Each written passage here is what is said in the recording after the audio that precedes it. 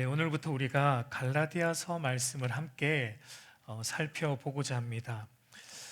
이 갈라디아서는 사도 바울이 가장 먼저 쓴 바울 서신으로, 그러니까 오직 예수 그리스도로 말미암아 그 예수 그리스도를 믿음으로 의롭게 여김을 받고 또 오직 하나님의 은혜로만 구원을 받는다는 이 기독교 복음의 진수가 이 서신 안에 담겨 있습니다. 그래서 여러분, 흔히 이 갈라디아서의 별명이 많은데 대표적인 게 종교개혁의 책이다라고 부르기도 해요. 왜냐하면 이 갈라디아서 안에는 종교개혁의 핵심 가치, 우리 뒤에 붙어 있는 오직 믿음, 오직 은혜, 오직 그리스도, 이 오직 하나님께만 영광이라는 이 기독교의 핵심 가치가 이 갈라디아서 안에 아주 선명하게 나타나 있기 때문이에요. 여러분, 그래서 그런지 이 종교개혁의 선봉장에 섰던 마틴 루터가 가장 좋아했던 성경이 바로 이 갈라디아서였다라고 합니다. 여러분, 루터는 갈라디아서를 가리켜 이렇게 말했다고 해요. 결혼을 서역한 나 자신의 서신, 나의 카타리나 폰보라. 이 카타리나 폰보라가 루터의 아내입니다. 그러니까 루터는 나는 갈라디아서와 결혼을 했고 이 갈라디아서는 나의 아내와 같다라고 말할 정도로 갈라디아서를 굉장히 사랑했다라고 말하고 있습니다. 루터가 그러했듯이 저와 여러분들도 이 갈라디아서 말씀을 우리가 이제 한동안 살펴보는 동안 갈라디아서와 저와 여러분들도 좀 사랑에 빠지는 은혜가 있기를 소망합니다. 그래서 갈라디아서를 우리의 신부 삼아서 이 갈라디아서 안에 있는 복음의 진수를 저와 여러분들도 풍성히 맛보는 은혜가 있기를 간절히 소망합니다. 오늘 읽은 우리 1절에서 5절까지는 이 갈라디아 서신의 인사말입니다. 갈라디아서를 쓰는 저자가 누구인지, 그리고 받는 이 서신의 수신자는 누구인지, 그리고 수신자들에 대한 바울의 문안, 은혜와 평강의 기원, 그리고 하나님께 대한 송영이 담겨 있습니다. 우리 1절을 보면은 사람들에게서 난 것도 아니요 사람으로 말미암은 것도 아니요 오직 예수 그리스도와 그를 죽은 자 가운데서 살리신 하나님 아버지로 말미암아 사도된 바울은이라고 이 서신을 이제 시작을 하는데, 여러분, 이 갈라디아서 서신을 우리가 보면은 바울이 일단 썼다라는 것을 우리는 1절을 통해 알 수 있고요.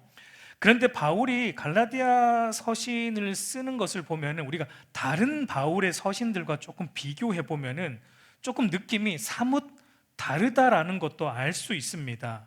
우리 고린도전서 1장 1절을 보면 이렇게 말합니다. 하나님의 뜻을 따라 그리스도 예수의 사도로 부름을 받은 바울과 형제 소스데네는, 그리고 에베소서 1장도 보면은 하나님의 뜻으로 말미암아 그리스도 예수의 사도된 바울은, 그러니까 다른 서신들을 보면 대체적으로 좀 간략해요.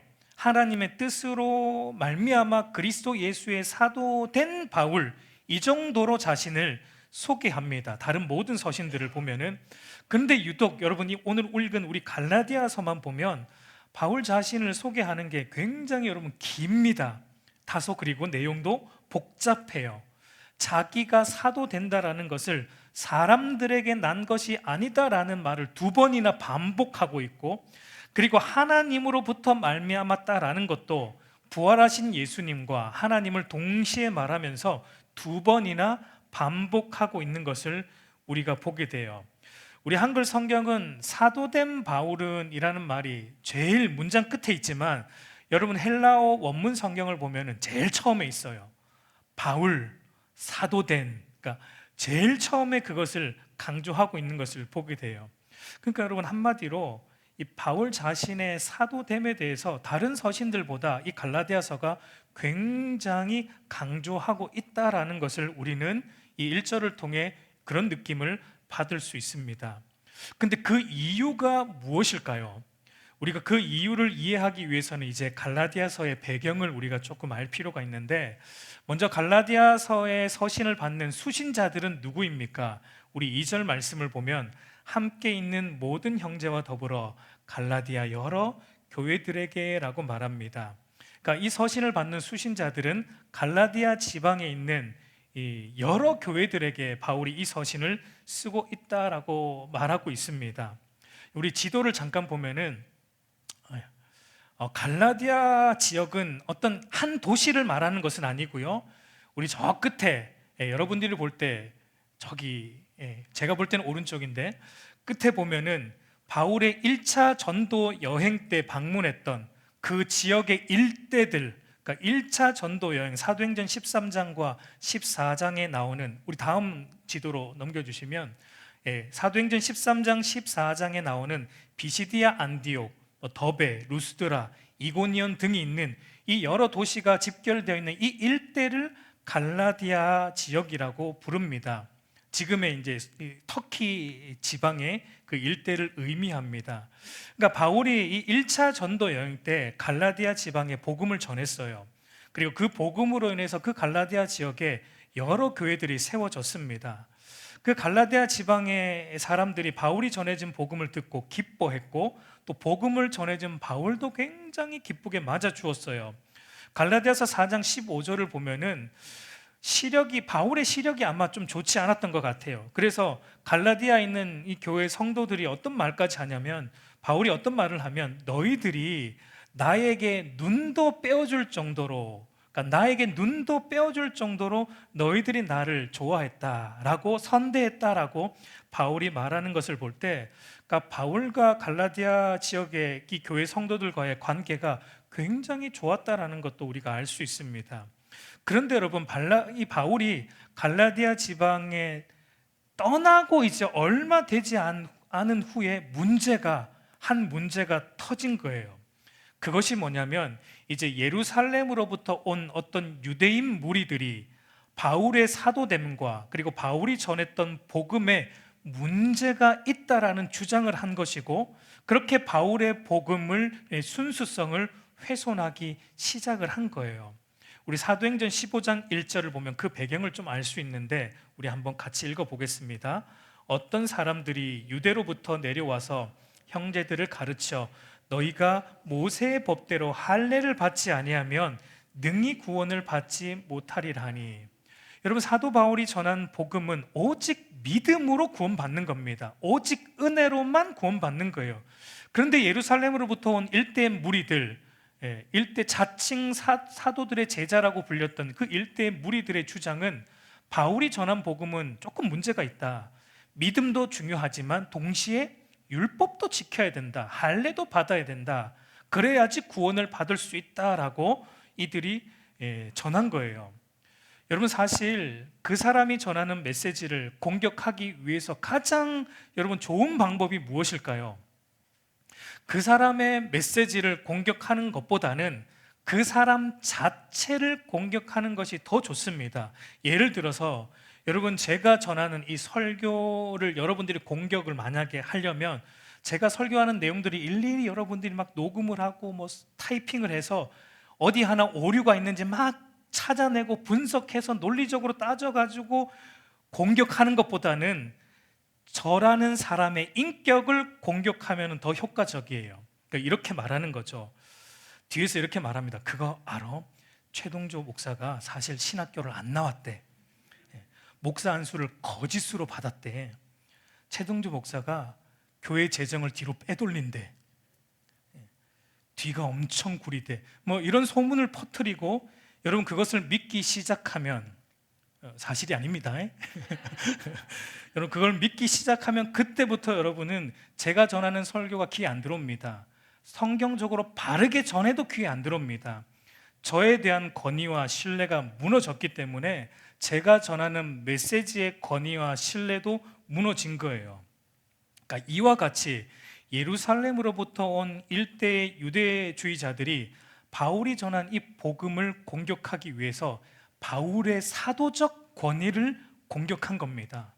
바울은 베드로나 요한처럼 예수님으로부터 직접 부름을 받아, 예수님으로부터 직접 가르침을 받아서, 권위를 직접 임명받아서 보냄을 받은 진짜 사도는 아니다.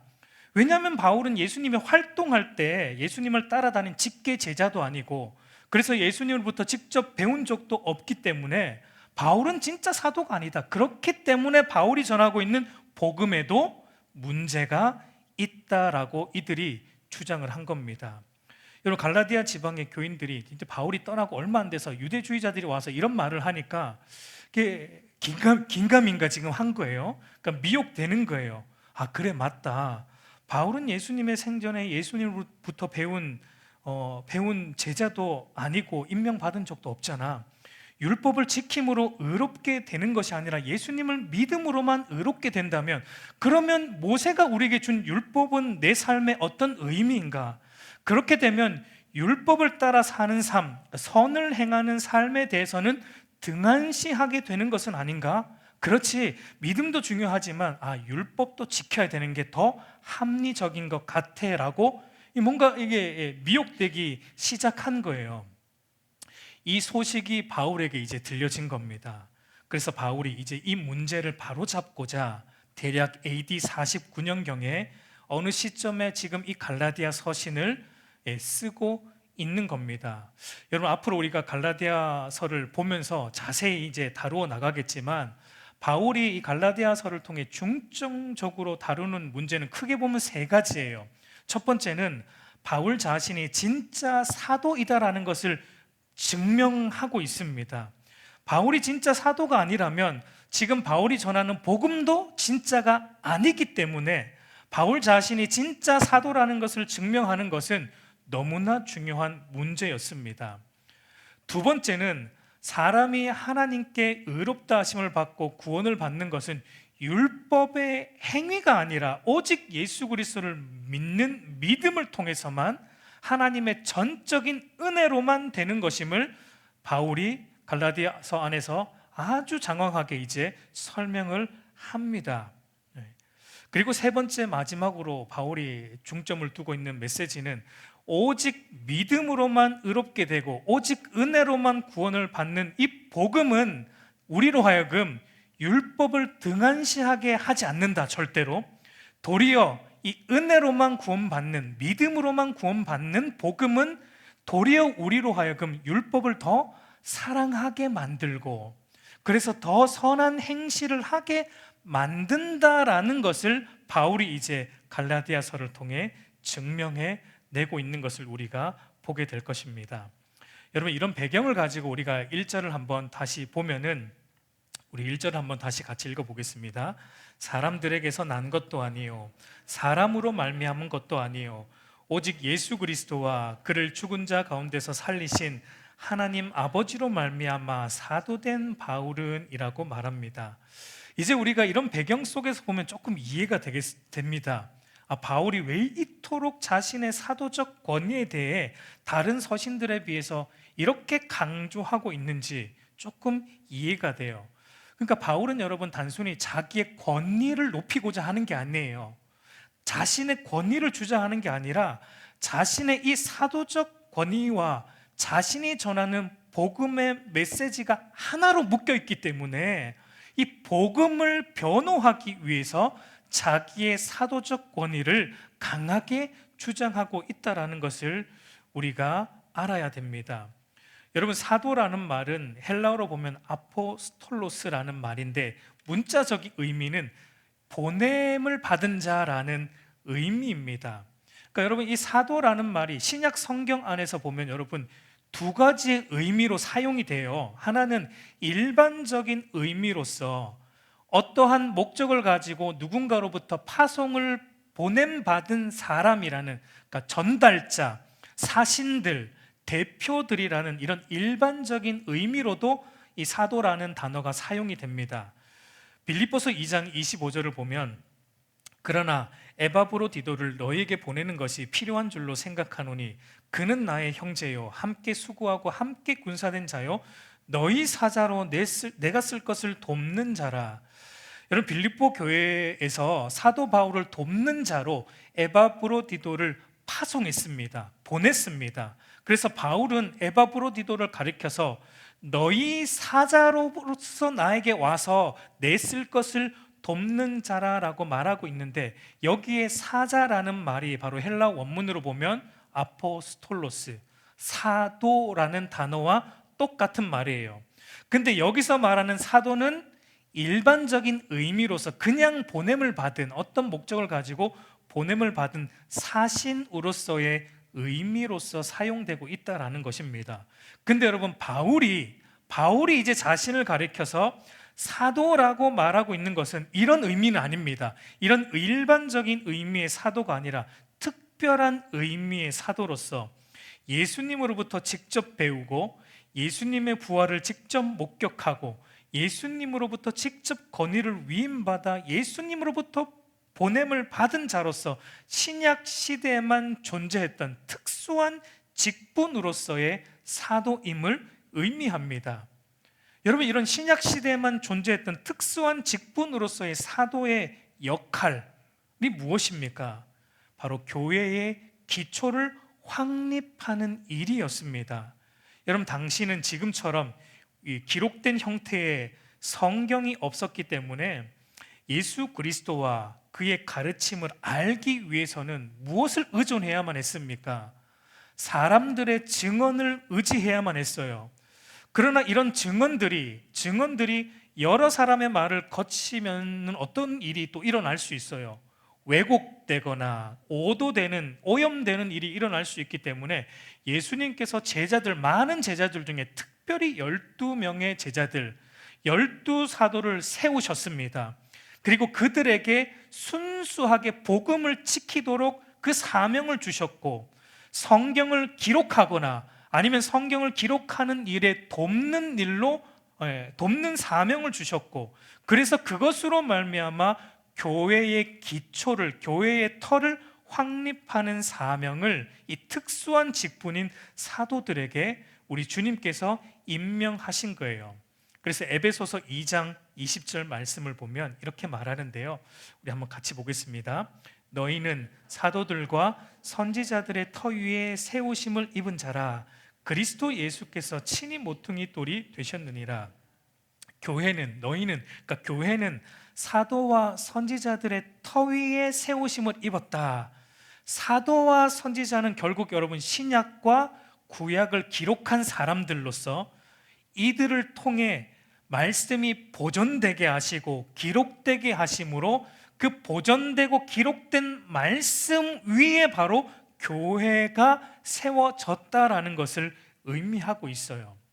여러분, 건물을 세울 때 기초는 몇 번 세웁니까? 건물을 지을 때 기초는 몇 번만 하면 돼요? 기초는 한 번만 하면 됩니다. 기초는 한 번만 세우면 돼요. 그러니까 사도들을 통해 성경이 기록된 형태로 완성됨으로 교회의 기초가 확립되고 난 이후에 사도라는 직분은 이제 더 이상 필요가 없다라는 것을 의미합니다. 한시적인 직분입니다. 한시적인 직분이에요. 오늘날 여러분, 로마 카톨릭 같은 경우는 이 사도직이 계속 계승된다라고 주장을 합니다. 누구에게로? 교황에게로. 베드로 1대 사도가 베드로였고, 그 다음부터 이제 그 사도직이 로마 그 교황들에게도 사도직이 계승된다. 그래서 그 로마 그 교황이 공식적으로 선언한 말은 오류가 없는 것으로 카톨릭은 받아들입니다. 그러나 전혀 성경적이지 않습니다. 그리고 오늘날 여러분, 신사도 운동하는 사람들이 말하는 것처럼 오늘날도 여전히 사도들의 직분이 있다라고 말하는 것도 전혀 성경적이지 않아요. 그 모든 것들은 성경을 알지 못하는 무지에서 나온 오류라는 것을 우리는 알아야 돼요. 오늘날 더 이상 이 사도의 직분은 존재하지도 않고 계승되지도 않는다라는 것을 우리가 알아야 돼요. 여러분, 이제 우리에게 중요한 것은 무엇입니까? 사도가 아니에요. 사도의 직분이 아니라 우리에게 중요한 것은 사도들과 선지자들이 남긴 교회의 터인 진리의 말씀입니다. 하나님과 그가 보내신 자 예수 그리스도에 대한 선지자와 사도들의 말씀이 우리에게 주어졌다라는 것이 중요해요. 그래서 여러분, 참된 가르침, 참된 목회자는 항상 성도들에게 어디로 인도합니까? 자기의 직분에 자기에게 주목하도록 하지 않습니다. 항상 하나님과 그분의 말씀으로 인도하는 것입니다. 여러분, 어쨌든 여러분, 바울은 어쨌든 12 사도들과는 조금 다르긴 다릅니다. 그래서 항상 여러분 이 바울이 사도권에 자주 공격을 받았어요. 문제는 바울이 언제 예수님으로부터 직접 배웠고, 바울이 언제 예수님의 부활을 직접 목격했고, 바울이 언제 예수님으로부터 권위를 위임받아서 사도로 보냄을 받았냐는 문제예요. 그러나 우리는 그 근거를 어디에서 찾습니까? 바로 사도행전 9장에서 다메섹 도상에서 부활하신 주님을 만난 사건으로 봅니다. 예수님을 믿는 자들을 잡아 죽이기 위해 다메섹 도상으로 가는 길에 부활하신 예수님이 사도 바울을 찾아오셨어요, 직접. 그리고 바울을 그 자리에서 사도로 부르셨습니다. 그리고 예수님으로부터 바울이 바로 그 구약의 말씀을 직접 배웠고, 그래서 예수님으로부터 권위를 위임받았고 이방의 사도로 보냄을 받게 되는 일이 다메섹 도상에서 일어났다라고 우리는 믿어요. 그래서 바울이 또 이렇게 말합니다. 갈라디아서 2장 8절을 보니까 베드로에게 역사하사 그를 할례자의 사도로 삼으신 이가 또한 내게 역사하사 나를 이방인의 사도로 삼으셨느니라. 베드로는 유대인의 사도로 하나님이 부르셨다면 나는 이방인의 사도로 하나님이 부르셨다. 그러니까 조금 방향은 다르지만 중요한 것은 베드로나 나나 하나님이 세우신, 하나님으로부터 위임받은 사도인 것은 맞다, 동일하다라는 것을 바울이 말하고 있습니다. 여러분, 그러므로 바울이 전하는 이 복음도, 바울이 쓰고 있는 이 서신도 단순히 바울 한 사람의 주장이나 가르침이 아니라 누구의 말씀이라는 거예요. 오류가 조금도 없는 하나님의 말씀이라는 것을 의미합니다. 여러분, 이것은 오늘 우리에게도 너무나 중요해요. 오늘 저와 여러분들도 이 갈라디아서 말씀을 읽을 때 바울의 말로 듣는 것이 아니라 누구의 말로 들어야 됩니까? 하나님의 말씀으로 받아야 됩니다. 이것은 갈라디아서만 아니죠. 모든 성경을 우리는 그런 성경의 저자들의 말로 들어서는 안 되고 오류가 없는 하나님의 말씀으로 받아야 됩니다.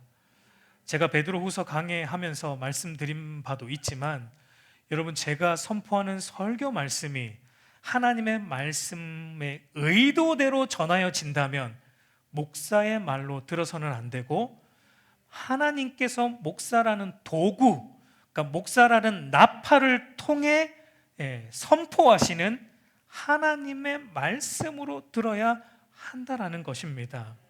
그래야 여러분, 우리의 신앙이 바르게 자라갈 수 있습니다.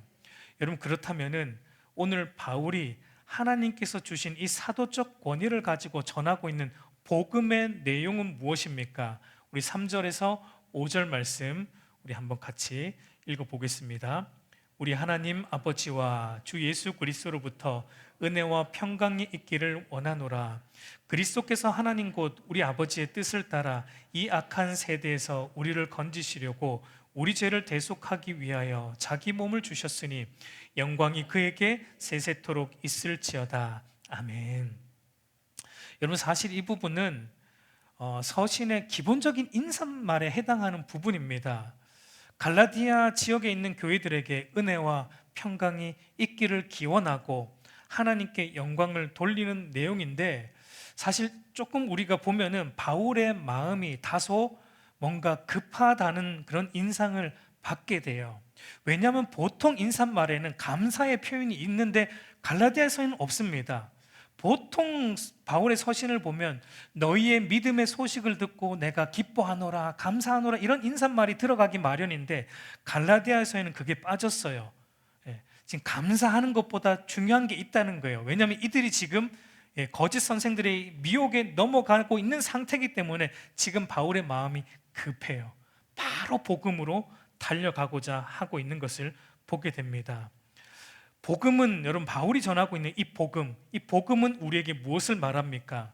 여러분, 복음은 바로 은혜로 구원받는다라는 것을 바울이 말하고 있습니다. 여러분, 우리가 받은 구원은 예루살렘에서 온 유대주의자들이 주장처럼 우리가 율법을 지켰기 때문에, 우리가 선한 일을 했기 때문에 받는 것이 아니고 우리가 어떤 의로움을 여김 받을 만한 어떤 하나님 앞에서의 자격을 구비했기 때문에 우리가 구원을 받는 게 아니라는 겁니다. 은혜라는 거예요. 바울은 은혜를 강조합니다. 너에게 은혜가 있을지어다. 여러분, 성경은 철저히 우리의 어떠함으로 받는 구원을 부정합니다. 우리는 전적으로 부패한 존재로서 스스로 하나님을 찾지도 않고 스스로 선을 행하지도 못하는 존재이기 때문입니다. 우리 로마서 3장 9절에서 12절 말씀 한번 같이 보겠습니다. 그러면 어떠하냐? 우리는 나으냐? 결코 아니라 유대인이나 헬라인이나 다 죄 아래 있다고 우리가 이미 선언하였느니라. 기록된 바 의인은 없나니 하나도 없으며 깨닫는 자도 없고 하나님을 찾는 자도 없고 다 치우쳐 함께 무익하게 되고 선을 행하는 자는 없나니 하나도 없도다. 여러분, 여기서 선을 행하는 자가 하나도 없다라는 말은 일반적인 의미로서 도덕적인 선을 행하는 자가 없다는 말이 아닙니다. 여기서 말하는 선은 절대적인 선이에요. 그러니까 하나님과 하나님의 뜻을 스스로 구하며 찾으며 살아갈 수 있는 사람은 없다는 의미예요. 그런 점에서 여러분, 모든 인간은 스스로 죄로부터 빠져나올 수 없는 전적으로 부패한 죄인이다라는 것을 복음은 우리에게 말하고 있어요. 여러분, 그것이 오늘 본문 4절이 아주 복음의 핵심적인 내용을 바울이 말하는데 4절에서 건지시려고라는 이 단어가 함축하고 있는 의미입니다. 그러니까 우리는 여러분, 죄의 구렁텅이에서 스스로 빠져나올 수 있는 존재가 아니다라는 겁니다. 우리는 어떤 존재인가? 건짐이 필요한 존재라는 거예요. 우리는 누군가의 건짐이 절대적으로 필요한 영적으로 무력한 존재라는 것을 복음은 우리에게 말하고 있어요. 그래서 영적으로 이 무능력한 인간을 위해 하나님께서 행하신 일이 무엇입니까? 그것이 여러분 4절의 내용입니다. 하나님께서 예수 그리스도를 죄의 구렁텅이에 빠져 허우적대고 있는 인간을 위해 인간을 건져낼 구원자로 세우셨고 이 땅에 보내어 주셨고 우리의 죄를 대속하기 위해 자기의 몸을 주심으로 우리를 죄의 속박으로부터 건져 주셨고 죄로 인해 깨어진 하나님과의 관계를 회복하여 주셨다라는 거예요. 여러분, 우리는 스스로 건짐이 필요한지조차 우리는 알지 못했습니다. 그러나 하나님께서 자신의 선하신 뜻을 따라 우리의 자격과 조건에 근거하지 않고 우리를 대신하여 자기 몸을 주신 예수 그리스도를 믿는 믿음도 선물로 주심으로 우리를 이 악한 세대에서 건져 주셨다라고 복음은 우리에게 말하고 있는 거예요. 여러분, 예수님의 대속을 통한 죄 용서의 은혜도 하나님과의 바른 관계의 이 화목의 회복의 은혜도 다 하나님의 은혜라는 것을 복음은 우리에게 말합니다. 여러분, 그래서 바울이 이 서두에서부터 인사말에서부터 강조하고 싶은 것은 너희가 은혜로 구원받았다라는 겁니다. 율법주의자들이 너희에게 미혹하는 것처럼 너희의 율법 지킴으로 구원받은 게 아니라 너희는 오직 하나님의 은혜로 말미암아 구원받았다. 우리가 믿는 복음은 은혜의 복음이다라는 것을 강조합니다. 에베소서 2장 8절 한번 같이 보겠습니다. 너희는 그 은혜에 의하여 믿음으로 말미암아 구원을 받았으니 이것은 너희에게서 난 것이 아니요 하나님의 선물이라. 여러분, 복음은 우리의 자격, 우리의 조건을 보지 않습니다. 이게 은혜예요. 복음은 뭘 봅니까? 자격 없는 우리를 위해 행하신 하나님의 일을 봅니다. 하나님의 일을 봅니다. 그래서 여러분, 이 존 파이퍼 목사님이 쓴 갈라디아서 강해서를 보니까 이 부분을 이렇게 설명을 합니다. 이 복음은 우리에게는 은혜이고 하나님께는 영광이다라고 말하고 있어요. 여러분, 그래서 오늘 본문의 구조도 보세요. 구조도 보면은 4절의 이 복음, 우리를 예수 그리스도의 대속을 통한 하나님의 이 구원을 중심으로 3절에서는 우리에게는 이 예수님을 통한 은혜의 복음이 있고, 그리고 이 은혜의 복음이 결국 5절에서는 영광이 하나님께로만 돌려지게 한다라는 것을 바울이 이렇게 논리적으로 말하고 있는 것을 보게 됩니다. 여러분, 은혜의 복음을 붙들지 않으면, 이 예수 그리스도를 믿는 믿음으로만 구원받는 이 사실을 붙들지 않으면 우리는에게는 은혜도 없을 뿐더러 하나님께는 영광도 돌려지지 않습니다. 왜요? 나의 자격이 들어가니까, 영광이 나에게 돌려지고 나의 공로가 들어가기 때문에 은혜가 될 수 없는 거예요. 그런데 여러분, 오늘 우리가 살아가는 세상은 그게 더 맞습니다. 오늘 우리가 살아가는 세상은 은혜가 지배하는 세상이 아닙니다. 율법의 원리가 지배합니다. 율법의 원리, 곧 우리의 자격과 조건에 의한 가치 매김이 지배하는 세상입니다. 그 사람이 가진 부와 명예와 권력과 재능과 능력, 심지어 외모를 가지고 그 사람의 가치를 평가합니다. 그래서 여러분, 모든 인간들이 어떻게 삽니까? 그런 자격과 조건을 구비하고자 죽기 살기로 공부하고 죽기 살기로 돈 벌어서 성공하고자 하는 거예요. 여러분, 이 세상은 자격 없는 자에게 값없이 주어지는 은혜의 원리로 돌아가지 않습니다. 자격과 조건 여하에 따라 차별적인 대우를 받게 되는 이 율법의 원리로 이 세상은 돌아갑니다. 그러나 여러분, 복음은 우리에게 무엇을 말합니까?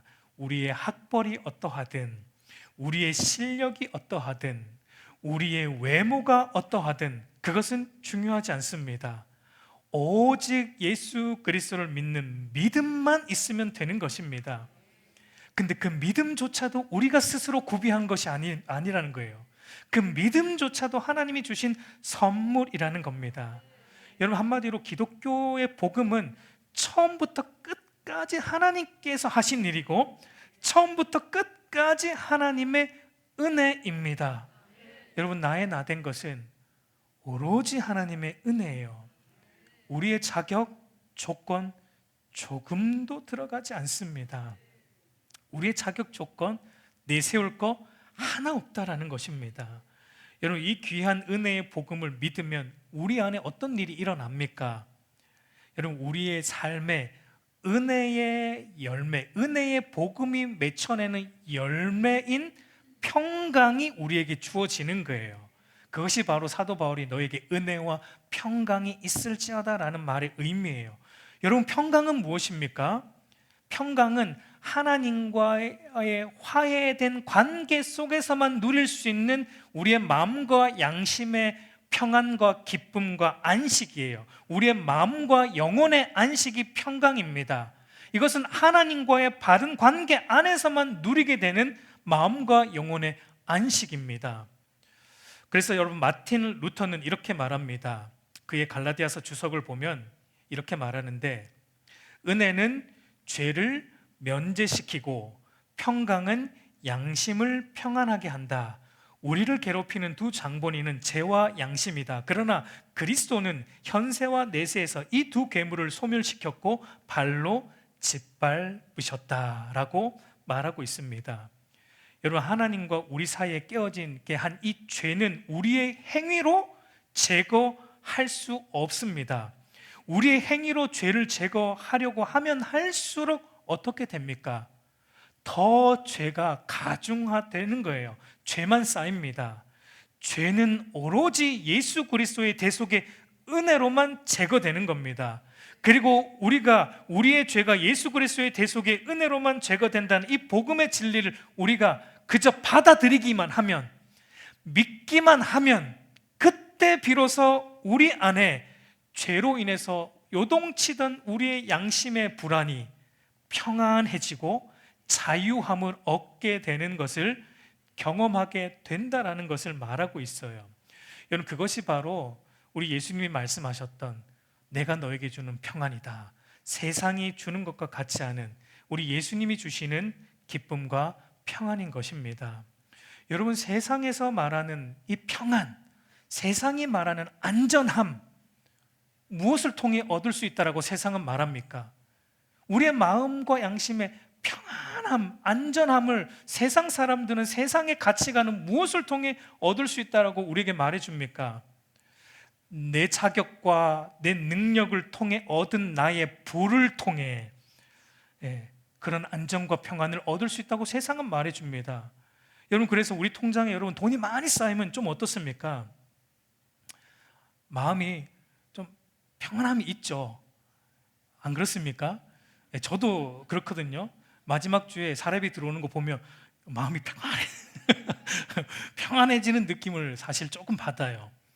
아직 우리가 세상의 이 가치관 속에 살아가다 보니까 우리 안에 이 죄악된 본성이 있다 보니까 저도 그런 통장에 조금 많은 돈이 들어오면 마음이 평안해져요. 그러나 금세 저희 아내한테 다 가거든요.